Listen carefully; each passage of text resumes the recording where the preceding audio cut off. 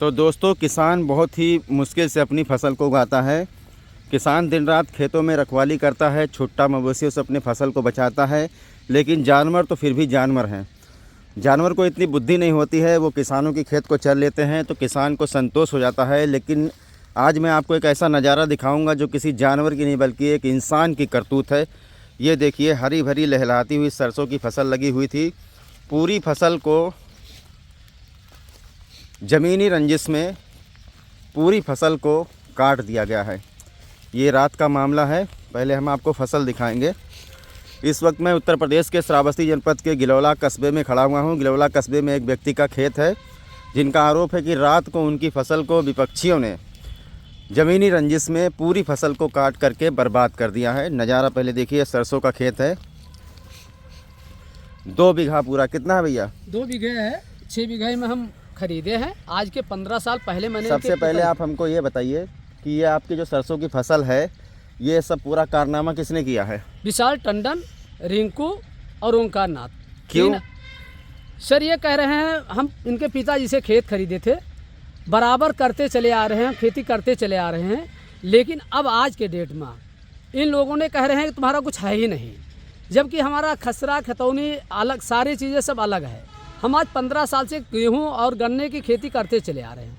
अब उन्होंने कल शाम को इनके वकील साहब और अपन आकर के 4 बजे लगभग इसको देखे हैं, और फिर रात में करीब 4 से 5 बजे के बीच में ये 4 आदमी थे।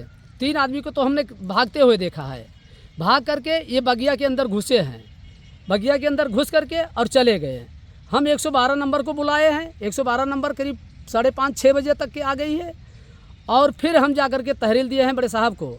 बड़े साहब ने 2 बजे को टाइम दिया है। ये नहीं लिखते हैं तो हम लोग अपना आत्महत्या इसी में कर देंगे। ये ऐसी है, हमको न्याय नहीं मिलती है तो अपनी हम आत्महत्या कर देंगे, पूरी परिवार को बुला करके। इसके बाद में 3 बार हुआ सर। ये आपके खेत में कौन सी फसल लगी हुई? सरसों की फसल है सर। हमने महंगी से महंगी बीज ला करके इसके बाद बोए थे, बढ़िया फसल लगी थी। एक बार इन्होंने फसल नाशक दवा डाली, उससे जल गई थी। कुछ हिस्सा बचा था, उसमें खाद पानी हम डाल करके इसके बाद में इसको फिर तैयार किए। फिर आज रात में या धारदार औजार या किसी वस्तु से इसका नष्ट किया गया सर। कितना फसल आपका नष्ट हो गया? कितनी फसल है ये सब सरसों की? ये सर देखा जाए कितना बीघा? ये देखा जाए सर। ये हंसिया से काटा गया है क्या? हंसिया से काटा गया है, किसी भी धारदार और औजार से काटा गया। किसके ऊपर आरोप लगा रहे हैं? किसने किया है सब? सर विशाल टंडन उर्फ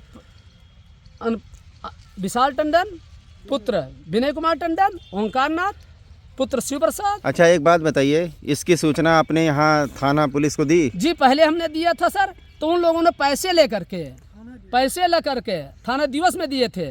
तो गौरव शाही ने पैसे सर लेन देन करके और गुमराह करके और उस पर ये लाहे का फसल नष्ट करने की कोई आरोप ही नहीं लगाया।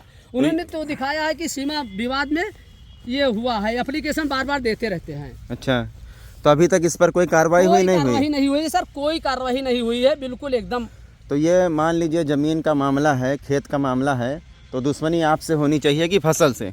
सर ये तो प्रशासन को खुद आ करके यहाँ देखा है, हमारे पास वीडियो है, पुलिस भी खड़ी है। नाम है आपका? शेषराज। शेषराज, ये बताइए कहाँ आपका खेत कहाँ पड़ता है? ये सर ये खेत यही है, यहाँ से लेकर के यही 6 बीघा खेत हमारा है सर। ये पूरी फसल आपकी कटी पड़ी हुई है सरसों की, ये क्या हुआ है बताइए? सर रात में कल शाम को इनके वकील साहब और ये और 2-3 नौकरें आए थे, वो गुमराह करके इसके बाद सवेरे 4 बजे से 5 बजे के बीच में इन्होंने फसल को काट डाला। हम इस घर में सो रहे थे, हमने उठे तो हम देखा कि यहाँ जुग जुग मोबाइल की जो है वो उजेर दिखाई दे रहा था। हमने टार्च लेकर के आए तो इन लोगों ने भाग करके और फिर बाग में घुस गए।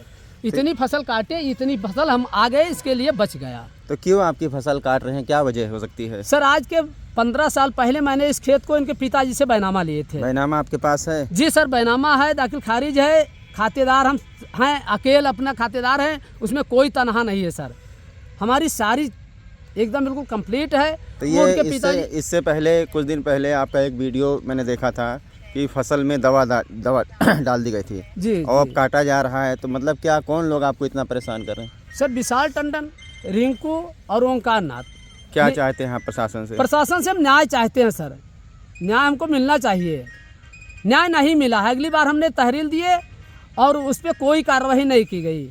लेन देन लेकर के और फिर उसको सलाह हल करके और रिपोर्ट लगाई गई है कि सीमा विवाद की वजह से ये सब होता है और ये बराबर तहरील देते रहते हैं।